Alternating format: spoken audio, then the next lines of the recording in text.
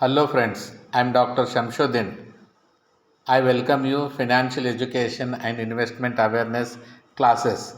In this class I am going to discuss economics.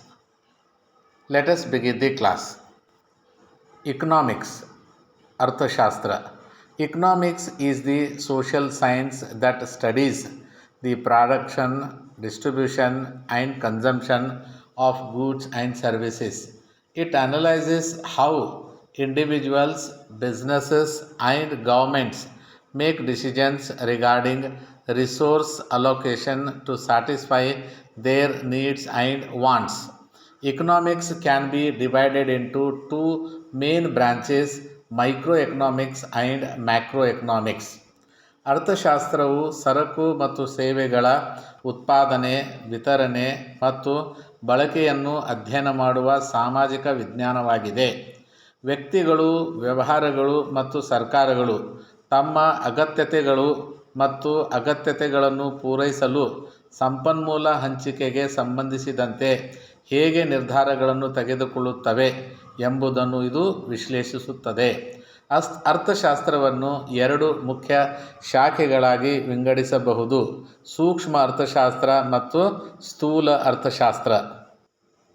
Microeconomics focuses on the behavior of individual economic agents such as households, consumers, and firms.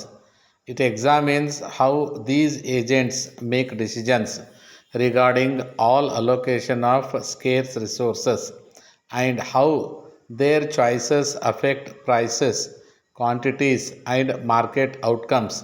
Key concepts in microeconomics include supply and demand, price elasticity, market structure such as perfect competition and monopoly, production theory, and consumer behavior.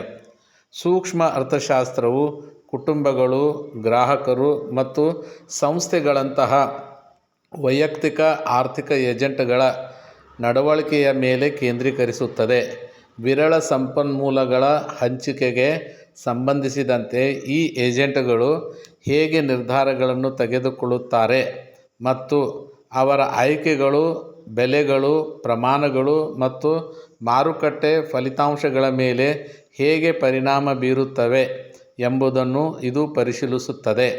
ಸೂಕ್ಷ್ಮ ಅರ್ಥಶಾಸ್ತ್ರದಲ್ಲಿನ ಪ್ರಮುಖ ಪರಿಕಲ್ಪನೆಗಳು ಪೂರೈಕೆ ಮತ್ತು ಬೇಡಿಕೆ, ಬೆಲೆ ಸ್ಥಿತಿಸ್ಥಾಪಕತ್ವ, ಮಾರುಕಟ್ಟೆ ರಚನೆಗಳು ಅಂದರೆ ಪರಿಪೂರ್ಣ ಸ್ಪರ್ಧೆ ಮತ್ತು ಏಕಸ್ವಾಮ್ಯದಂತಹವು, ಉತ್ಪಾದನಾ ಸಿದ್ಧಾಂತ ಮತ್ತು ಗ್ರಾಹಕರ ನಡವಳಿಕೆಯನ್ನು ಒಳಗೊಂಡಿವೆ.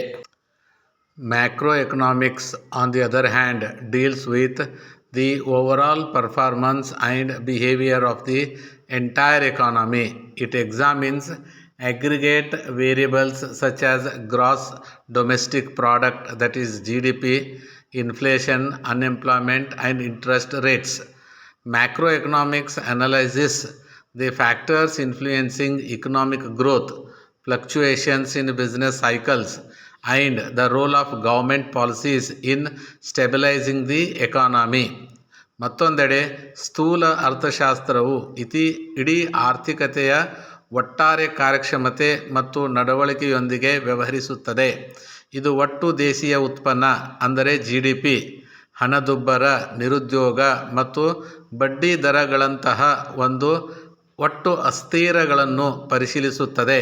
ಸ್ಥೂಲ ಅರ್ಥಶಾಸ್ತ್ರವು ಆರ್ಥಿಕ ಬೆಳವಣಿಗೆಯ ಮೇಲೆ ಪ್ರಭಾವ ಬೀರುವ ಅಂಶಗಳನ್ನು ವಿಶ್ಲೇಷಿಸುತ್ತದೆ.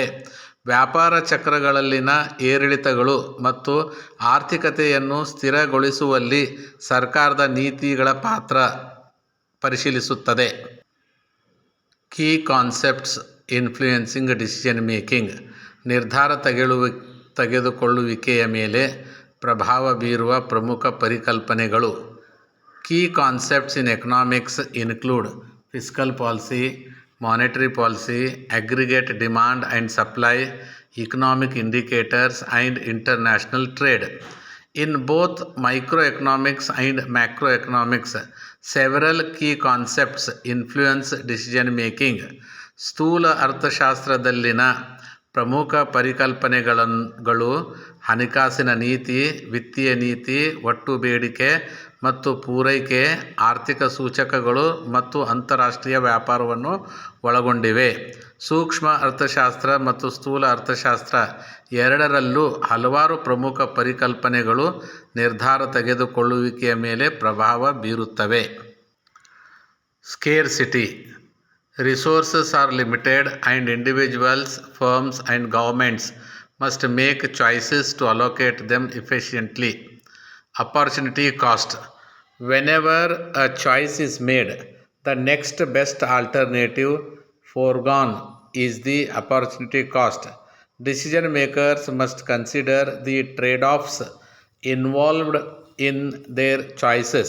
ಕೊರತೆ.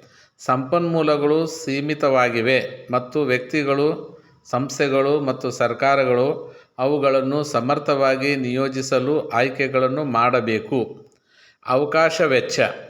ಆಯ್ಕೆಯನ್ನು ಮಾಡಿದಾಗಲೆಲ್ಲ ಮುಂದಿನ ಅತ್ಯುತ್ತಮ ಪರ್ಯಾಯವು ಅವಕಾಶ ವೆಚ್ಚವಾಗಿದೆ. ನಿರ್ಧಾರ ತೆಗೆದುಕೊಳ್ಳುವಾಗ ತಯಾರಕರು ತಮ್ಮ ಆಯ್ಕೆಗಳಲ್ಲಿ ಒಳಗೊಂಡಿರುವ ವ್ಯಾಪಾರ ವಹಿವಾಟುಗಳನ್ನು ಪರಿಗಣಿಸಬೇಕು. Rationality. Economists assume that individuals and firms act in their self-interest to maximize their utility or profits. Rational decision-making involves comparing costs and benefits to make choices. Marginal analysis. Decision makers assess the additional benefits and costs associated with a small change in a particular activity or decision. They consider whether the marginal benefit outweighs the marginal cost. ವೈಚಾರಿಕತೆ. ವ್ಯಕ್ತಿಗಳು ಮತ್ತು ಸಂಸ್ಥೆಗಳು ತಮ್ಮ ಉಪಯುಕ್ತತೆ ಅಥವಾ ಲಾಭವನ್ನು ಗರಿಷ್ಠಗೊಳಿಸಲು ತಮ್ಮ ಸ್ವಹಿತಾಸಕ್ತಿಯಲ್ಲಿ ಕಾರ್ಯನಿರ್ವಹಿಸುತ್ತವೆ ಎಂದು ಅರ್ಥಶಾಸ್ತ್ರಜ್ಞರು ಊಹಿಸುತ್ತಾರೆ. ತರ್ಕಬದ್ಧ ನಿರ್ಧಾರ ಮಾಡುವಿಕೆಯು ಆಯ್ಕೆಗಳನ್ನು ಮಾಡಲು ವೆಚ್ಚಗಳು ಮತ್ತು ಪ್ರಯೋಜನಗಳನ್ನು ಹೋಲಿಸುವುದನ್ನು ಒಳಗೊಂಡಿರುತ್ತದೆ. Marginal analysis. ನಿರ್ದಿಷ್ಟ ಚಟುವಟಿಕೆ ಅಥವಾ ನಿರ್ಧಾರದಲ್ಲಿನ ಸಣ್ಣ ಬದಲಾವಣೆಗೆ ಸಂಬಂಧಿಸಿದ ಹೆಚ್ಚುವರಿ ಪ್ರಯೋಜನಗಳು ಮತ್ತು ವೆಚ್ಚಗಳನ್ನು ನಿರ್ಣಯ ತಯಾರಕರು ನಿರ್ಣಯಿಸುತ್ತಾರೆ. ಕನಿಷ್ಠ ಲಾಭವು ಕನಿಷ್ಠ ವೆಚ್ಚವನ್ನು ಮೀರಿಸುತ್ತದೆಯೇ ಎಂದು ಅವರು ಪರಿಗಣಿಸುತ್ತಾರೆ. Market forces. The interactions of supply and demand determine prices and quantities in markets. Prices play a crucial role in coordinating the decisions of buyers and sellers. Externalities. External costs or benefits that affect parties not directly involved in a transaction can influence decision making. For example, pollution is a negative externality that affects society and can lead to government intervention. ಮಾರುಕಟ್ಟೆ ಪಡೆಗಳು. ಪೂರೈಕೆ ಮತ್ತು ಬೇಡಿಕೆಯ ಪರಸ್ಪರ ಕ್ರಿಯೆಗಳು ಮಾರುಕಟ್ಟೆಯಲ್ಲಿ ಬೆಲೆಗಳು ಮತ್ತು ಪ್ರಮಾಣವನ್ನು ನಿರ್ಧರಿಸುತ್ತವೆ. ಖರೀದಿದಾರರು ಮತ್ತು ಮಾರಾಟಗಾರರ ನಿರ್ಧಾರಗಳನ್ನು ಸಂಘಟಿಸುವಲ್ಲಿ ಬೆಲೆಗಳು ನಿರ್ಣಾಯಕ ಪಾತ್ರವನ್ನು ವಹಿಸುತ್ತವೆ. ಬಾಹ್ಯತೆಗಳು. ವಹಿವಾಟಿನಲ್ಲಿ ನೇರವಾಗಿ ಭಾಗಿಯಾಗದ ಪಕ್ಷಗಳ ಮೇಲೆ ಪರಿಣಾಮ ಬೀರುವ ಬಾಹ್ಯ ವೆಚ್ಚಗಳು ಅಥವಾ ಪ್ರಯೋಜನಗಳು ನಿರ್ಧಾರ ತೆಗೆದುಕೊಳ್ಳುವಿಕೆಯ ಮೂಲ ಪ್ರಭಾವ ಬೀರಬಹುದು. ಉದಾಹರಣೆಗೆ, ಮಾಲಿನ್ಯವು ಸಮಾಜದ ಮೇಲೆ ಪರಿಣಾಮ ಬೀರುವ ನಕಾರಾತ್ಮಕ ಬಾಹ್ಯತೆಯಾಗಿದೆ ಮತ್ತು ಸರ್ಕಾರದ ಹಸ್ತಕ್ಷೇಪಕ್ಕೆ ಕಾರಣವಾಗಬಹುದು. Government intervention. Governments often intervene in the economy through regulations, taxes, subsidies, and monetary policies to address market failures, stabilize the economy, promote social welfare, and achieve economic objectives. ಸರ್ಕಾರದ ಹಸ್ತಕ್ಷೇಪ. ಮಾರುಕಟ್ಟೆ ವೈಫಲ್ಯಗಳನ್ನು ಪರಿಹರಿಸಲು, ಆರ್ಥಿಕತೆಯನ್ನು ಸ್ಥಿರಗೊಳಿಸಲು, ಸಾಮಾಜಿಕ ಕಲ್ಯಾಣವನ್ನು ಉತ್ತೇಜಿಸಲು ಮತ್ತು ಆರ್ಥಿಕ ಉದ್ದೇಶಗಳನ್ನು ಸಾಧಿಸಲು ಸರ್ಕಾರಗಳು ಸಾಮಾನ್ಯವಾಗಿ ನಿಯಮಗಳು, ತೆರಿಗೆಗಳು, ಸಬ್ಸಿಡಿಗಳು ಮತ್ತು ವಿತ್ತೀಯ ನೀತಿಗಳ ಮೂಲಕ ಆರ್ಥಿಕತೆಯಲ್ಲಿ ಮಧ್ಯ ಪ್ರವೇಶಿಸುತ್ತವೆ. MCQ questions and answers.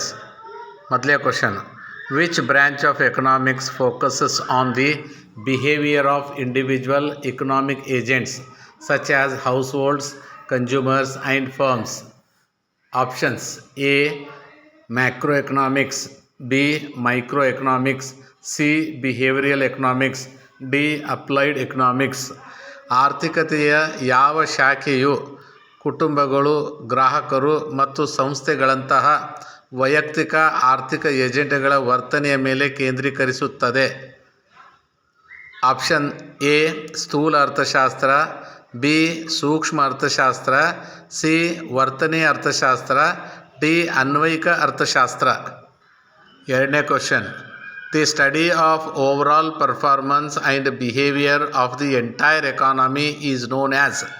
Options A micro economics, B macro economics, C financial economics, D econometrics. ಇಡೀ ಆರ್ಥಿಕತೆಯ ಒಟ್ಟಾರೆ ಕಾರ್ಯಕ್ಷಮತೆ ಮತ್ತು ನಡವಳಿಕೆಯ ಅಧ್ಯಯನವನ್ನು ಹೀಗೆ ಕರೆಯಲಾಗುತ್ತದೆ.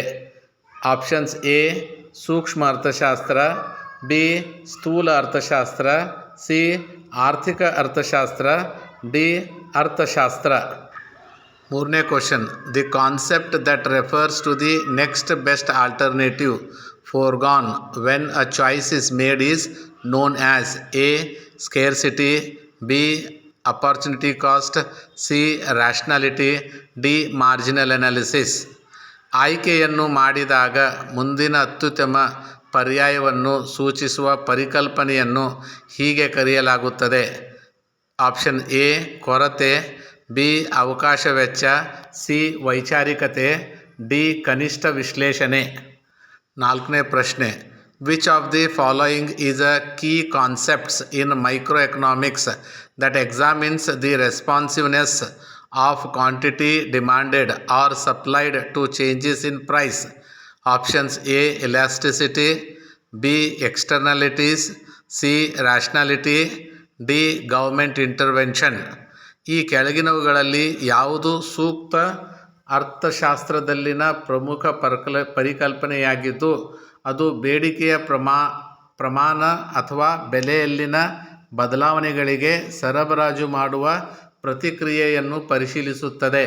ಆಪ್ಷನ್ಸ್ ಎ ಸ್ಥಿತಿಸ್ಥಾಪಕತ್ವ, ಬಿ ಬಾಹ್ಯತೆಗಳು, ಸಿ ವೈಚಾರಿಕತೆ, ಡಿ ಸರ್ಕಾರದ ಹಸ್ತಕ್ಷೇಪ. ಐದನೇ ಪ್ರಶ್ನೆ, the interactions of supply and demand in markets determine. Option A opportunity cost, B market equilibrium, C externalities, D government intervention. ಮಾರುಕಟ್ಟೆಗಳಲ್ಲಿನ ಪೂರೈಕೆ ಮತ್ತು ಬೇಡಿಕೆಯ ಪರಸ್ಪರ ಕ್ರಿಯೆಗಳು ನಿರ್ಧರಿಸುತ್ತವೆ. ಆಪ್ಷನ್ಸ್ ಎ ಅವಕಾಶ ವೆಚ್ಚ, ಬಿ ಮಾರುಕಟ್ಟೆ ಸಮತೋಲನ, ಸಿ ಬಾಹ್ಯತೆಗಳು, ಡಿ ಸರ್ಕಾರದ ಹಸ್ತಕ್ಷೇಪ. Question number 6, what are the external costs or benefits that affect parties not directly involved in a transaction called? Options A market forces, B rationality, C externalities, D marginal analysis.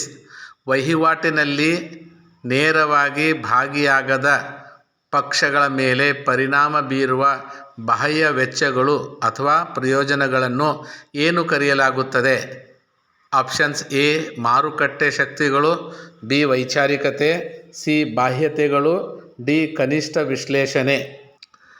ಏಳನೇ question, government intervention in the economy may involve regulations, taxes, subsidies and monetary policies to. Options A promote scarcity, B stabilise the economy, C maximise externalities, D reduce market forces.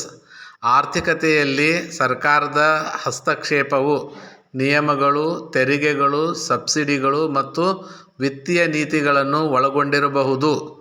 Options A ಕೊರತೆಯನ್ನು ಉತ್ತೇಜಿಸಿ, B ಆರ್ಥಿಕತೆಯನ್ನು ಸ್ಥಿರಗೊಳಿಸಿ, C ಬಾಹ್ಯತೆಯನ್ನು ಗರಿಷ್ಠಗೊಳಿಸಿ, D ಮಾರುಕಟ್ಟೆ ಶಕ್ತಿಗಳನ್ನು ಕಡಿಮೆ ಮಾಡಿ.